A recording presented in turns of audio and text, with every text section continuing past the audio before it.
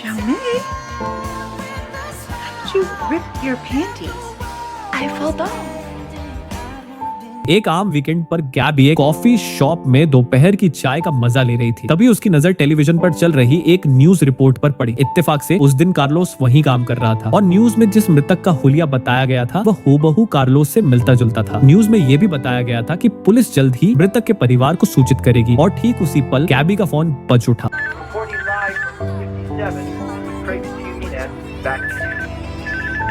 घर लौटने के बाद भी गैबी वह सब कुछ भुला नहीं पा रही थी जो उसने देखा था। वह कार्लोस के साथ बिताए अपने पलों को याद कर रही थी। तभी शियाओमेई हड़बड़ाकर बाहर निकली और घबराहट में अपने कपड़े ठीक करने लगी। कार्लोस मर गया है, चले? नहीं प्लीज उसे मत मारो। नहीं तुम समझ नहीं रही हो, वह तो पहले ही मर चुका है। एक हादसा हो गया, उसका शरीर हाईवे पर जगह जगह बिखरा पड़ा है। He in kitchen.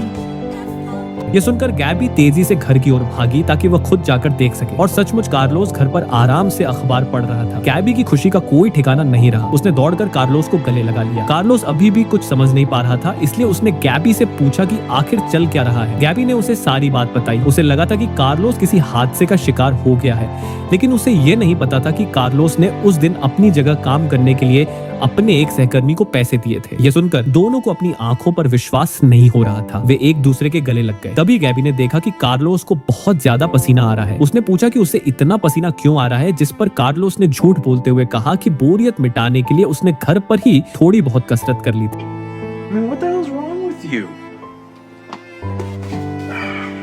Sorry.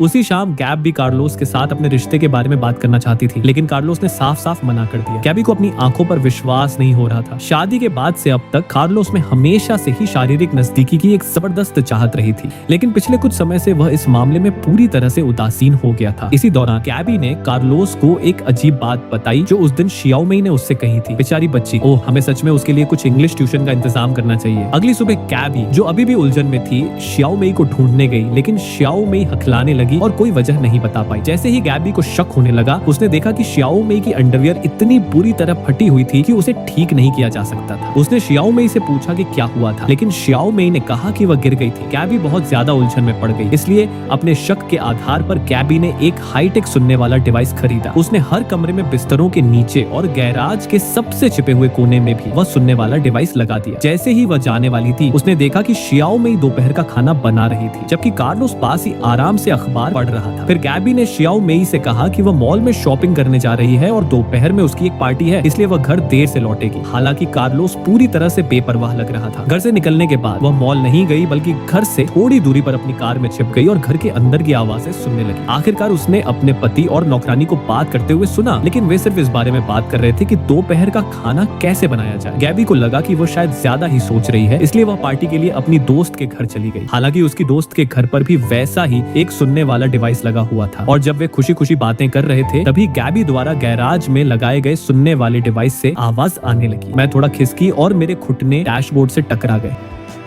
Move over, my knees hit the dashboard. I moved seats back. Oh, yeah.